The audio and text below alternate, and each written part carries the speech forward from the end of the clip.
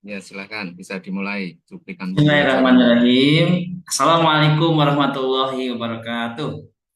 Baik, selamat pagi anak-anak. Alhamdulillah. Gimana kabarnya? Luar biasa. Baik ya, anak-anak sekalian. Sebelum kita mulai tadi, kita akan berdoa dulu bareng-bareng ya. Ikuti kata-kata Bapak. Bismillahirrahmanirrahim. Allahumma nawwir qulubana binur hidayatika kama nawartal ardo binuri syamsika abadan abada birahmatika ya arhamar rahimin. Baik anak-anak sekalian, sebelum dilanjutkan coba Bapak mau dicek dulu kehadirannya. Agus Ramdon ada tidak? Baik, Ahmad Abidin ada? Oke, Ahmad Hambali. Oh, masih sakit ya? Oke, kita doakan mudah-mudahan Ahmad Hambali semoga disembuhkan ya dengan baca Al-Fatihah bersama-sama. Alhamdulillah. Bismillahirrahmanirrahim. Alhamdulillahirabbil alamin. Oke ya, sekalian semua anak-anak. Selanjutnya sebelum dilanjutkan, masih ingat gak materi yang kemarin tentang apa? Oke, betul ya. Materi kemarin tentang kitab-kitab suci yang wajib diketahui. Coba, Ai Siti Mulyati masih ingat gak apa saja kitab sucinya? Oke, betul ya. Ada empat. Coba, Ano Kardiono, tahu nggak kitab suci Injil diberikan kepada siapa? Betul sekali. Ibu Ani Haryati, coba. Coba, Nak Parman, mana Nak Parman hadir? Oke ya, nah itu betul sekali empat kitab suci yang wajib diketahui. Oke anak-anak sekalian, sebelum dilanjut ke acara inti, ke materi pembelajaran inti, kita mau tahu tanya dulu nih, ada nggak anak-anak di sini yang pernah bohong? Coba siapa? Ah, ICT pernah bohong ya? Coba yang lain ada yang pernah bohong? Nah, betul ya. Jadi hari ini kita akan belajar tentang amanah dan jujur. Maka setelah pembelajaran ini jangan ada yang bohong lagi. Siap ya? Baik. Nah, anak-anak sekalian, ada beberapa yang harus dicapai pada pembelajaran hari ini. Yang pertama adalah anak-anak sekalian eh, harus mengetahui tentang pengertian bentuk-bentuk dan prinsip amanah dan jujur. Kemudian harus tahu tentang pengertian bentuk-bentuk dan prinsip amanah. Nah, anak-anak sekalian, sebelum dilanjutkan, di sini Bapak mau ice breaking dulu ya, biar nggak ngantuk. Soalnya dari pagi kayaknya ngantuk nih. Coba berdiri semuanya. Coba sekarang tulis angka 1 pakai tangan. Boleh. Angka 2 gimana angka 2? Nah, betul. Ya, angka 3. Nah, sekarang coba pakai kepala. Oke, angka 1. Nah, kayak gitu. Coba angka 2. Nah, begitu ya. Coba angka 3, angka 3. Oke ya. Angka 8 coba. Oke, betul sekali. Tepuk tangan dulu boleh. Oke, silakan duduk kembali ya. Nah, anak-anak sekalian, kita fokus ke amanah dan jujur ya, betul sekali. Karena amanah ini menjadi jujur dan amanah ini menjadi kunci kesuksesan untuk kita semua ke depannya. Walaupun tadi ada yang bilang pernah bohong, hari ini dan ke depannya jangan ada lagi yang berbohong ya. Ada lagi, oke. Pertama kita mulai dari bentuk amanah dulu. Amanah tentunya belum sebelum ke bentuk amanah, pengertiannya ya. Amanah itu dari bahasa Arab. Amuna ya'munu amanatan. Nah, begitu ya. Jadi artinya adalah dapat dipercaya.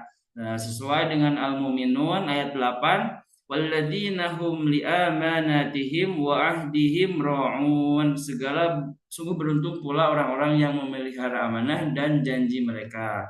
Adapun bentuk-bentuknya adalah amanah yang pertama terhadap Allah, yang kedua terhadap diri sendiri, yang ketiga terhadap orang lain ya, diingat-ingat ya. Kemudian adapun selain bentuk-bentuknya, ada beberapa yang harus diterapkan amanah di kehidupan sehari-hari. Kemudian ada juga beberapa eh, hikmah ya, hikmah perilaku amanah dalam kehidupan sehari-hari. Yang pertama adalah mendapatkan kepercayaan diri dari orang lain, betul sekali. Yang kedua, mendapatkan perhatian dan penilaian positif ya. Yang ketiga, terhindar dari keburukan dan fitnah. Nah, anak-anak sekalian, itulah materi tentang amanah. Mulai dari bentuk, kemudian pengertian dan hikmah. Adapun selanjutnya yaitu jujur. Nah, adapun pengertian jujur itu adalah kata kejujuran digunakan untuk menyatakan sikap seseorang, ya, betul sekali. Adapun bentuk-bentuknya nilai-nilai kejujuran ada kepatuhan kepada Allah, kemudian ketaatan kepada perintah Allah, kemudian terbuka tugas dan apa adanya, kemudian tidak ada rekayasa, amanah dan ikhlas, nah setia terhadap kebenaran. Nah, kejujuran ini harus diterapkan dalam kehidupan sehari-hari, tidak hanya di sekolah saja. Sesuai tadi yang disampaikan, yang pertama adalah penerapan kejujuran kepada Allah, penerapan kejujuran kepada diri sendiri, kemudian penerapan kejujuran kepada lingkungan, kemudian ada juga penerapan kejujuran terhadap masyarakat. Nah, anak-anak sekalian, selain penerapan karena penerapannya, ada bentuk-bentuknya seperti tadi yang amanah, ada jujur dalam niat, ada jujur dalam ucapan, kemudian ada jujur dalam berpenampilan, juga ada jujur dalam bermuamalah. Anak-anak sekalian, nah selanjutnya adalah hikmah. Seperti tadi yang pertama ada hikmah amanah, yang kedua adalah ada hikmah perilaku jujur. Yang pertama apa? Mendapatkan ketenangan dan ketentraman dalam hidup. Yang kedua, lebih percaya diri dan tidak canggung ketika bergaul dengan sesama. Kemudian yang ketiga, mendapatkan kepercayaan orang lain. Yang keempat, lebih dihargai dan terhormat di mata sesama. Oke ya. Baik anak-anak sekalian, di sini Bapak mau memberikan tugas individu ya. Silahkan sekarang semuanya siapkan kertas satu lembar. Ya, siapkan kertas satu lembar. Kemudian yang pertama, coba tulis kebohongan yang pernah dilakukan ya semasa hidup anak-anak sekalian. Tulis kebohongan yang pernah dilakukan dan itu jadi menyesali buat anak-anak sekalian. Ya. Kemudian yang kedua, coba tuliskan bagaimana mengganti kebohongan itu supaya kita tidak merasa menyesal. Ya, kita pernah bohong nih kemarin. Coba bagaimana mengganti kebohongan itu. Nah, yang ketiga, bagaimana caranya supaya anak-anak tidak melakukan lagi kebohongan itu. Ya, siap ya? Silahkan coba semuanya tulis di dalam buku, dalam kertas, kemudian dikumpulkan. Nah, nanti Bapak akan periksa. Nah, nanti Bapak akan kasih nilai. Oke ya? Oke, coba semuanya sudah? Waktunya 10 menit. Oke. Oke ya, sudah ya? Oke, yang sudah boleh dikumpulkan. Oke, bagus ya. Coba yang belum mana? Ainur Jannah belum ya? Oke, sudah ya. Yang lain mana sudah? Sudah, oke ya. Nah, terima kasih. Semoga tulisan ini menjadi pelajaran buat kita semua ya. Yang pernah bohong, yang pernah nggak jujur atau apapun, silahkan itu jadi masa lalu yang tidak akan terulang kembali. Ya, siap ya? Oke, nanti akan Bapak periksa. Mudah-mudahan ini menjadi hikmah buat kita semuanya. Oke, baik anak-anak sekalian. Selanjutnya Bapak mau bikin LKPD ya. Coba buka HP-nya semua. Oke, sudah ya? Oke. Sudah HP-nya dibuka. Bapak mau share linknya nih. Bapak share linknya di grup. Nanti di sini ada 10 pertanyaan tentang materi hari ini ya. Oke, sudah diakses semuanya linknya? Oke, baik ya. Sekarang silahkan isi pertanyaan-pertanyaan yang ada di link tersebut. Kemudian nanti kita akan lihat siapa yang dapat nilai tertinggi ya. Nanti ada 3 terbesar. Bapak akan kasih hadiah. Boleh ya? Oke, silakan kita mulai dari sekarang. Waktunya 10 menit. Oke, sudah ya? Alhamdulillah. Coba kita lihat siapa nih yang paling tinggi nilainya. Oke, ini ada siapa? Safana Azakira. Mana Safana? Oh, ya di belakang ya. Tepuk tangan dulu buat Safana semuanya ya. Oke, alhamdulillah. Yang kedua, ada Salwa Neveza Putri. Mana Salwa? Oke, baik ya. Coba tepuk tangan lagi ya. Terima kasih. Cuman yang ketiga Ada dari bagus ya. Nah, ini tiga terbesar. Nanti setelah ini ke kantor ya. Nanti Bapak ada oleh-oleh sedikit buat anak-anak. Baik ya, anak-anak sekalian. Selanjutnya kita akan tutup. Tapi sebelum ditutup, coba pengen tahu dulu nih hasil pembelajaran hari ini. Apa yang kamu ketahui tentang amanah dan jujur? Ya, coba. Mana Ahmad Abidin? Oke ya, apa contohnya? Apa yang kamu ketahui? Amanah jujur, betul. Kemudian siapa lagi? Mana? Ai Siti Mulyati boleh. Apa yang kamu ketahui tentang amanah dan jujur? Ya, betul ya. Ada siapa lagi? Angkat tangan tuh. Yang angkat tangan siapa di belakang? Oh, boleh ya. Coba Agus Ramdon. Apa yang kamu ketahui tentang amanah dan jujur? Boleh ya. Nah, yang kedua, apa contoh perilaku tentang amanah dan jujur? Silakan. Yang bisa angkat tangan? Oke, betul sekali ya. Alhamdulillah. Ainur Janah, boleh. Contohnya apa lagi? Oke, alhamdulillah ya. Gimana? Sudah paham semuanya? Alhamdulillah. Senang gak hari ini? Senang banget ya. Harus senang terus biar kita ketika belajar itu masuk ilmunya ya. Tentu sekali ya. Oke, terima kasih nih anak-anak sekalian untuk hari ini. Mudah-mudahan minggu depan semuanya hadir ya dan disehatkan. Karena minggu depan kita akan membahas tentang sholat. Sholat apa saja? Sholat istihoroh, sholat istisqo, dan sholat jenazah. Oke. Nah itu teman-teman sekalian, anak-anak sekalian. Terima kasih ya hari ini. Bapak mau izin ke kelas yang lain. Semoga manfaat. Terima kasih. Assalamualaikum warahmatullahi wabarakatuh. Udah ya, Pak Ari. Ya Pak, udah. Tadi ada pertanyaan pemantiknya enggak? Oh iya Pak, tadi itu pertanyaan pemantiknya paling langsung ke ini apa? Langsung ke pernah nggak yang jujur? Nah itu aja sih. Ada yang bohong nggak? Gitu. Itu iya, kalau sudah menulis modul ajar, sebaiknya apa yang ditulis dan dilakukan itu disesuaikan. Oh iya Pak, boleh. Oke ya. Baik, kalau dalam pembelajaran, khususnya pada asesmen, itu sudah menerapkan soal-soal yang high order thinking skill belum? Yang HOTS belum? Gimana Pak? Ulangi Pak. Dalam pembelajaran, asesmen pembelajaran, apakah sudah menggunakan instrumen soal yang berbasis HOTS, high order thinking skill? Eh Sebelumnya Pak, mohon maaf, saya kurang mengerti tentang HOTS Pak. Kayaknya sudah, tapi pengertiannya eh Berarti belum tahu HOTS ya, high order thinking skill itu. ya Pak, belum Pak. Lanjut. Kalau teori belajar, Saya belajar tahu Pak, Insya Allah. coba disebutkan yang diketahui teori belajar apa saja. Ada behavioristik, kemudian ada kognitif, kemudian ada empat Pak. Yang dua lagi eh, apa teh namanya ada baru dua Pak, lupa Pak. Oh iya, apa humanistik ya, sama konstruktivisme kalau nggak salah Pak. Itu bukan. Oke, coba jelaskan teori belajar tersebut dan bagaimana implementasinya di dalam pembelajaran PAI.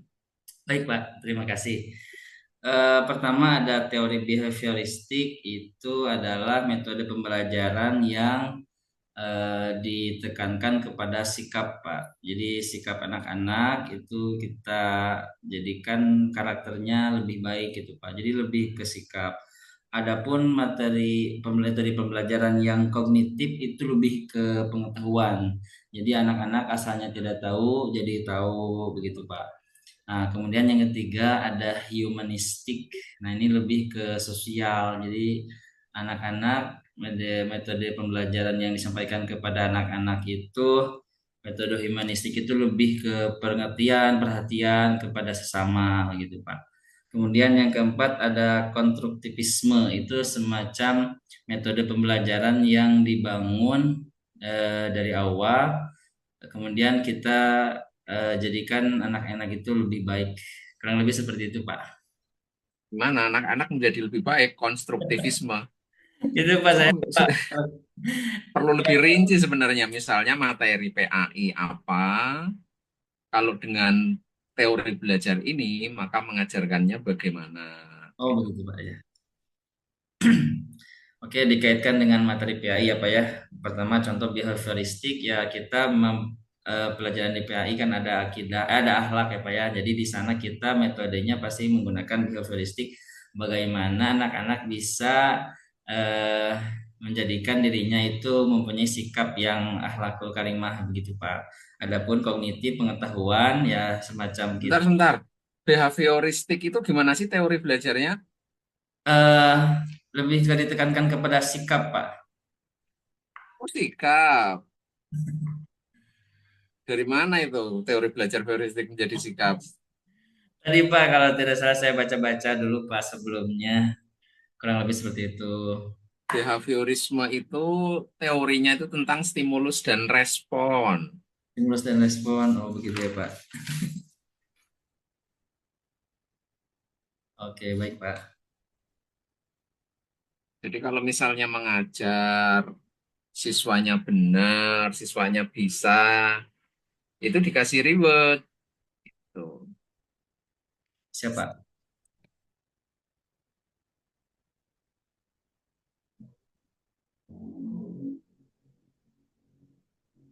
Oke,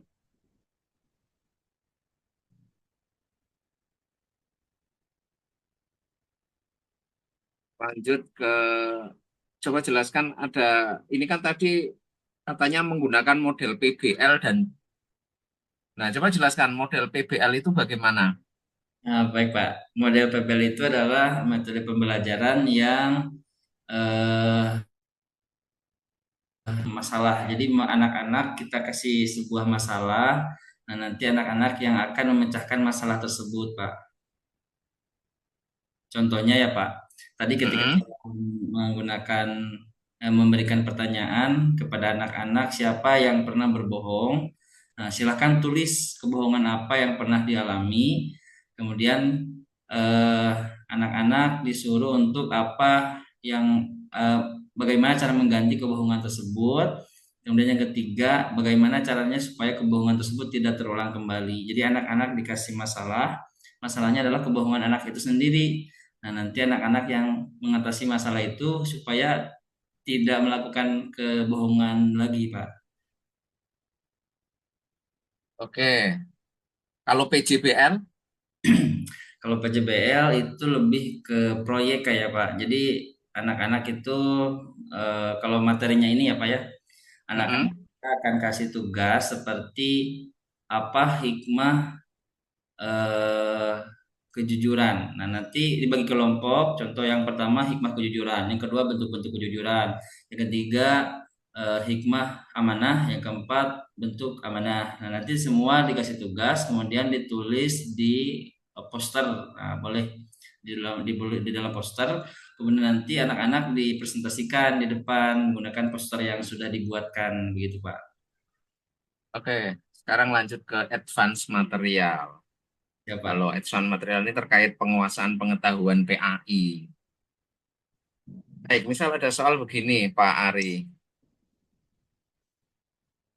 Untuk orang yang menyewakan lahan, siapakah yang membayar zakat? Apakah yang pemilik tanah atau yang menyewa lahan? Yang pemilik tanah, Pak. Kenapa pemilik tanah? Karena harta yang dizakatkan itu harus sempurna miliknya sendiri, bukan sewaan, bukan gadean, bukan sebagainya. Jadi harus murni miliknya sendiri. Nah, nanti yang sewa lahan itu, yang punya sewa lahan itu nanti dia yang akan mengeluarkan zakat, Pak. Kemudian kalau lahannya itu dibuat perusahaan, berarti ya dia nggak wajib bayar zakat nanti. Perusahaannya sukses begitu. Iya, Pak. Nanti yang yang punya lahan itu kan nanti dia ada pemasukan. Nah, nanti dia Enggak, yang menyewa lahan. menyewa lahan, kemudian dia membangun usaha, masa dia nggak bayar zakat? Dia kan dapat untung. Ada Kak, ada Pak zakatnya Pak. Ada zakat dari eh ada yang namanya zakat apa namanya? Hmm, zakat hasil perniagaan Pak masuknya Pak. Jadi Nia nanti satu tahun itu kan dapat usaha atau ada usaha, dia mendapatkan satu nisab, kemudian satu haul. Nah, baru dia akan mengeluarkan zakat dari hasil usahanya Pak. Oke, kalau dalam fikih di materi PPG ini ada istilah zakat produktif dan zakat konsumtif. Coba dijelaskan istilah tersebut. Baik Pak. Sepertinya saya lupa Pak, tapi saya akan mencoba. Kalau zakat produktif itu adalah zakat yang dihasilkan dari pertanian, kemudian kita mengeluarkan zakat satu nisab dan satu kali panen. Kemudian itu adalah disebut dengan zakat produktif, jadi yang menghasilkan. Kalau zakat konsumsi itu adalah zakat yang dikeluarkan dari akibat apa yang dia miliki, begitu Pak. Contohnya apa zakat konsumtif? Seperti kita punya emas, kemudian kita punya eh, salah satunya itu Pak. Atau saya kurang begitu paham Pak mengenai hal ini. Saya kira untuk konsumtif seperti itu Pak. Nanti bisa baca lagi ya terkait zakat konsumtif dan zakat produktif. Jadi selama ini zakat itu kan seringnya diberikan dalam bentuk konsumtif. Ya Pak. Makanan, kalau dimakan kan habis. Mungkin uang, kalau uang itu dipakai kan habis. Itu zakat konsumtif. Kalau zakat produktif, ya bagaimana zakat itu diolah supaya dia itu bisa, uangnya itu menghasilkan uang terus. Zakatnya itu tidak langsung habis. Gitu, itu zakat Produktif. produktif. Jadi lebih ke distribusi zakatnya, ya Pak Arif, bukan jenis-jenis zakatnya. Ya Pak. Baik, pertanyaan terakhir, kalau bolehkah yang dari zakat itu digunakan untuk pemeliharaan masjid, uang zakat, untuk membangun masjid katakan.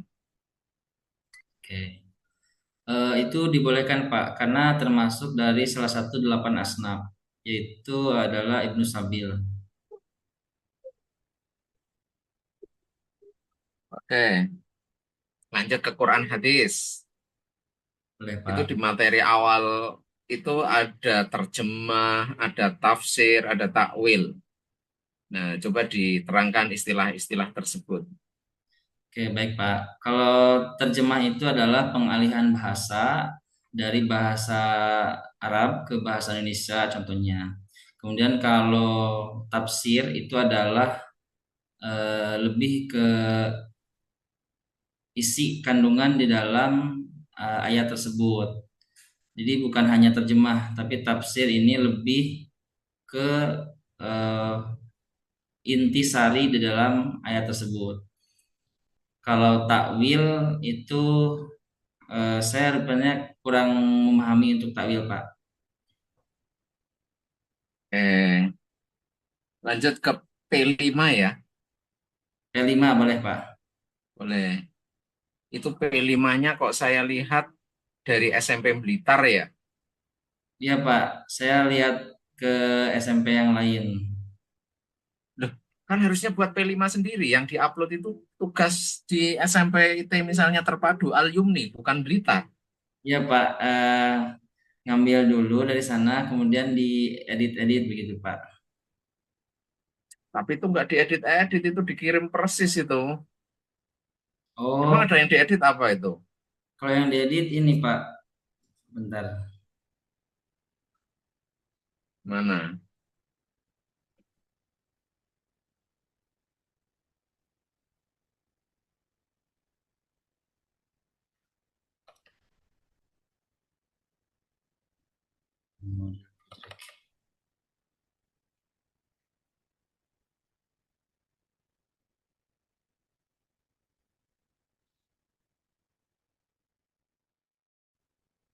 Itu tentang OSIS bukan, Pak? Iya, tentang OSIS. Oh, ini pemerintah Kabupaten Blitar, Dinas Pendidikan UPT SMP Negeri 1 Blitar. Ini gimana tugas siapa ini diupload? Kamu kok minta nilai dari orang lain? Ya, Pak, saya cari di internet, nah kemudian diedit gitu, Pak. Ini nggak ada yang diedit, ini kamu kirim langsung.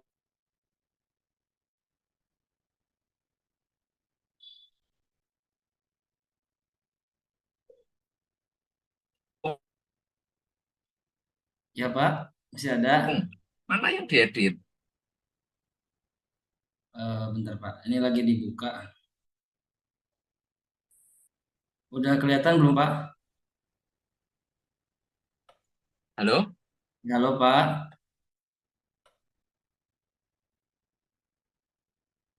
Bentar, Pak. Cara bukanya saya. Ini close dulu share-nya ya, Pak ya. Kalau mau share yang lain.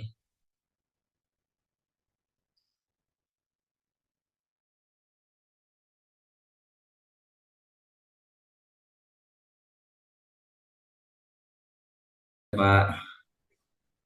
Oke, Sudah masuk, Pak. ya sudah. Jadi modul P5 yang kamu kirim itu masih Kota Blitar, masih dan total itu masih belum diedit sama sekali. Ya, Pak. Itu harus kamu upload ulang. Siap, Pak. Jangan-jangan proposal PTK-nya pun sama ini. Ya, Pak, saya sama, Pak, kayak gitu. Tapi yang proposal yang PTK yang saya copy paste itu bukan sedikit berbeda, Pak. Saya revisi lagi gitu, Pak. Oke, emang kamu kenal? Kamu observernya siapa? Misalnya dalam PT kamu besok.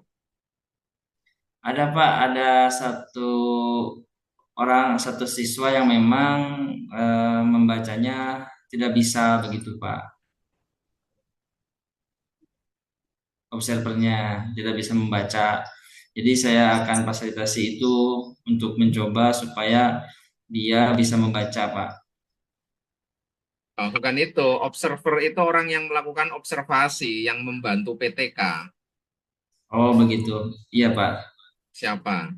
Kolaborator mungkin. Iya, Pak, nanti kita akan kerjasama dengan eh, pembimbing yang lain yang ada di sekolah. Siapa namanya? Namanya Sadrah Gumilar. Hmm? Namanya Sadrah. Hmm. Ini loh, kalau dalam PTK kamu masih menyebut nama Waryama, Nunung Nurhayati SPD, Noneng. Ini khawatir saya kamu juga sama, jangan-jangan seperti P5-nya yang belum semuanya terganti. Ya, Pak, belum terganti, Pak, sepertinya begitu. Oke, lanjut ke baca tulis Al-Quran. Siap, Pak.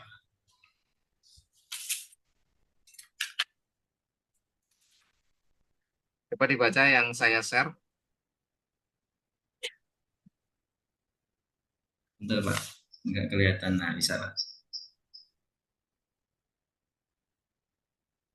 أعوذ بالله من الشيطان الرجيم. بسم الله الرحمن الرحيم. الحمد لله الذي أنزل على عبده الكتاب ولم يجعل له عوجا.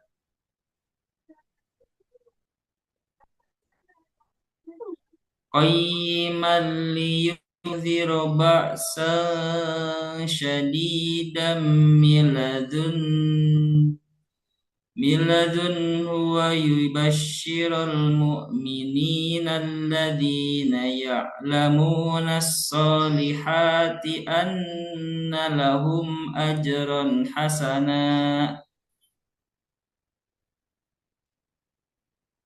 makithina fihi abada.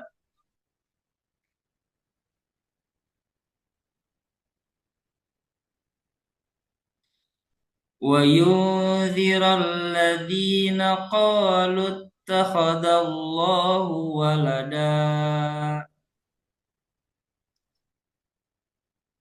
Ma lahum bihi min ilmi wala liabaihim kaburat kalimatun takhruju min afwahihim Kaburat, kaburat kaburat kalimatan takhruju min afwahihim iyaquluna illa kadhiba. ya cukup Pak Ari. Ini di sini ada bacaan apa ini? Ini wajah, Ada bacaan mad iwad, Pak. terus hanya mat iwat saja. Ada iwaja, mad iwad. Mad iwad aja, Pak. Nah, di sini tuh ada tulisan kecil tuh namanya saktah. Oh iya, Pak Tahu ya. saktah nggak? Sakta itu hmm, berhenti sementara. Berhenti Sementara. sementara. Tadi baca saktah nggak?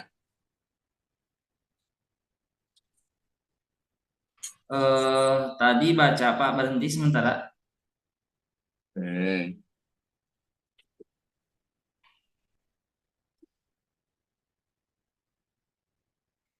Malahum bihi min ilmi wala liabaihim. Coba uraikan bacaan tajwid yang ada di surat ini. Gimana, Pak? Tajwid apa?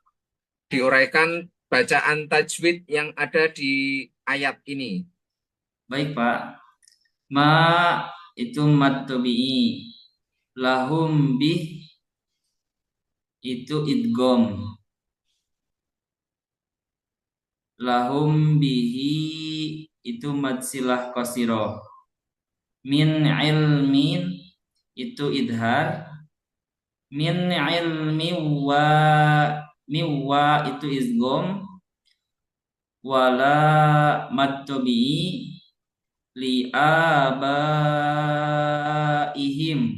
Li'a itu mad asli. Mad badal ya. Li'a itu mad badal. Baihim itu mad wajib muttasil. Mat wajib Majaiz. muttasil itu apa? Majaiz. Hah? Majaiz bukan mad wajib. Mat apa? Mad wajib muttasil, majaiz muttasil. Liabaihim. Oh iya, mad wajib mutasil, Pak. Oke, mat wajib muttasil itu apa? Mad tabi'i, ada mad tabi'i bertemu dengan hamzah, Pak. Ada mat topi'i bertemu dengan hamzah, hanya gitu saja. Dalam satu kalimat. Oke, dalam satu kalimat. Tadi ini mim mati ketemu ba, itu bacaan apa tadi? Idgham, Pak. Idgham. Idgham apa?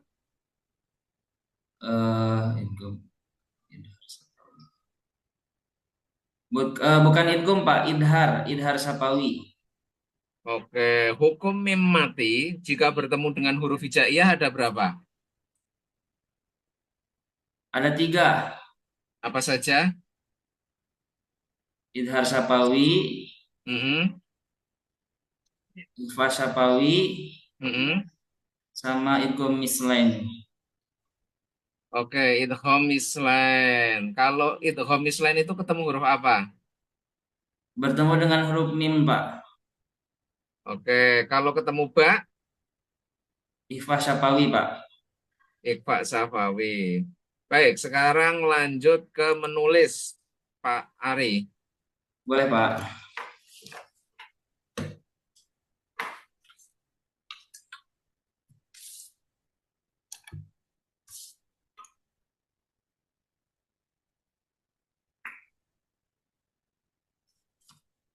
Alhaakumut takatsur. Bismillahirrahmanirrahim.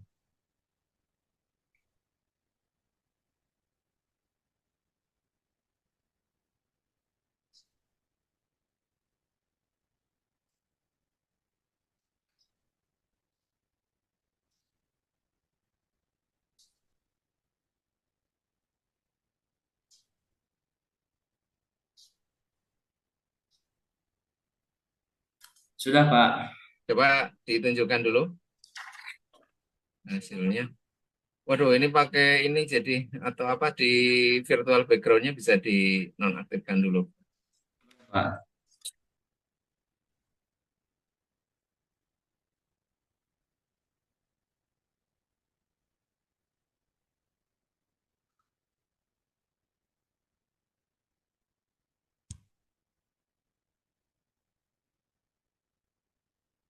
Background. Kalau enggak, berarti nunjukannya ke kamera HP kemungkinan. Ya, boleh. Ke kamera HP. Ya, ya agak digeser. Al-Hakumut Takasur. Oke, kita tambah lagi. Ya, Pak. Idza zulzilatil ardu zilzalaha. Zul.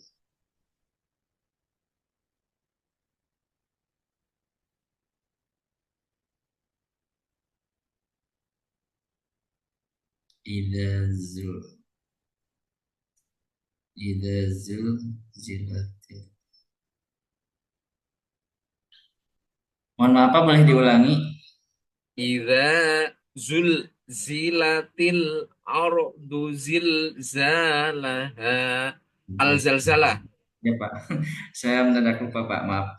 Ida zul zilatil. Ida zul zilatil. Ida zul zilatil. Ida zul zilatil. Apa, Pak? Ida zul zilatil. Ardu zilzalaha. Zul zilatil. Al zil zilhal. Ya. Zilatil.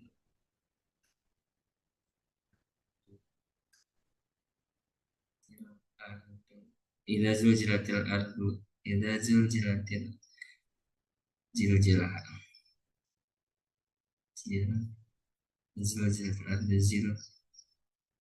Ida zul zilatil ardu. Zil zilah.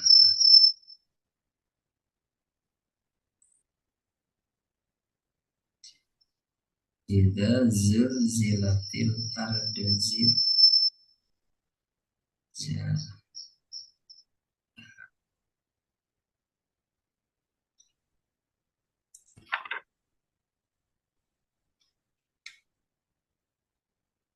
Idza zulzilatil ardul. Oke, zulzilat itu pakai tak maftuhah ya, bukan tak marbutoh. Apa? Zilzalah itu tidak ada alif lamnya. Idza zulzilatil ardu. Zilzalah itu bukan ardul, jadi alif lamnya dibuang. Apa? Ardu zilzalah. Oke, saya kira cukup Pak Ari.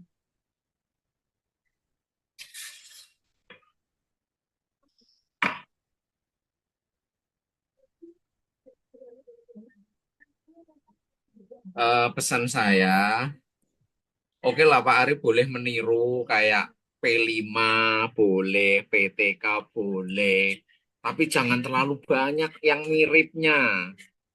Dimodifikasinya yang lebih banyak, menirunya jangan terlalu banyak gitu ya. Amati modifikasi tiru, ATM, harus dibedakan di sisi apa, jangan terlalu banyak. Saya Siapa? kira itu saja, Pak Ari. Assalamualaikum warahmatullahi wabarakatuh. Waalaikumsalam warahmatullahi wabarakatuh. Terima kasih Bapak, sebelumnya mohon maaf. Ya, silakan di stop dulu. Siapa?